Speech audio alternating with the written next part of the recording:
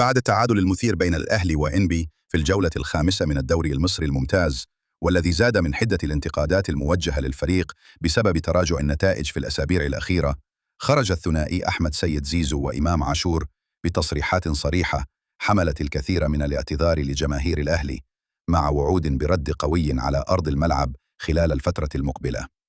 التعادل مع إنبي لم يكن مجرد نقطة ضائعة في صراع الدوري، بل فتح الباب أمام حالة من القلق بين جماهير الأهلي، خاصة في ظل رغبة المشجعين في رؤية فريقهم يقدم بداية قوية هذا الموسم بعد فترة من التراجع في بعض البطولات. ومع ذلك جاء حديث اللاعبين ليؤكد أن الفريق لم يفقد الأمل وأن الروح لا تزال موجودة. تحدث أحمد سيد زيزو بعد المباراة مؤكدا إدراكه لغضب الجماهير.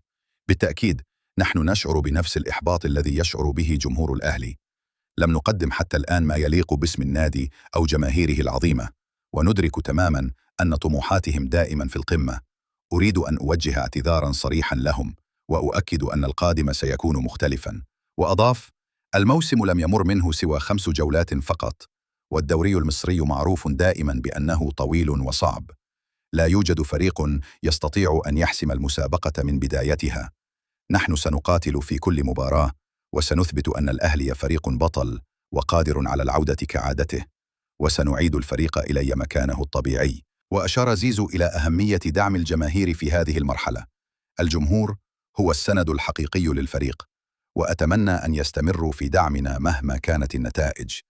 نعدهم أن نعيد البسمة إلى وجوههم وأن نستعيد سلسلة الانتصارات في المباريات القادمة. ظهر إمام عاشور بروح قتالية في تصريحاته، مؤكدا أن الفريق لا ينظر للوراء. أولا، أحب أقول لجمهور الأهلي إننا مقدرين زعلهم وغضبهم، لكن عاوز أطمنهم إن الدوري لسه طويل ولسه في الملعب. إحنا ما لعبناش غير 5 جولات، ولسه فيه أكتر من 30 جولة، لسه بدري جدا على أي استنتاجات. وأضاف عاشور بلهجة حادة: الغريب إن في بعض الفرق بدأت تحتفل بالدوري وكأن الموسم خلص، وده شيء مش طبيعي. البطولات الكبيرة لا تحسم في البداية، ولكن تحسم في الأمتار الأخيرة، والأهلي تعود إنه يكون موجود وقت الحسم. وتابع: إحنا كلاعبين عندنا مسؤولية كبيرة تجاه جمهورنا.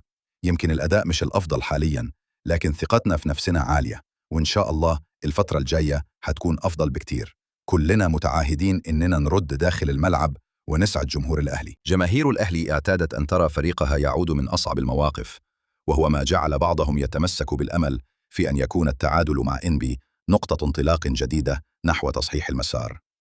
في النهاية اتفق الثنائي على أن الأهم ليس كيف تبدأ الموسم، ولكن كيف تنهيه.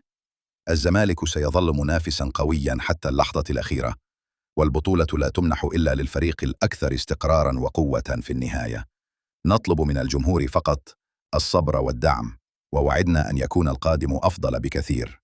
بهذا الشكل يحاول لاعبو الأهلي تهدئة الأجواء المشحونة، مؤكدين أن الدوري لم يبدأ فعلياً بعد، وأن الفريق قادر على العودة سريعاً للمنافسة القوية على اللقب.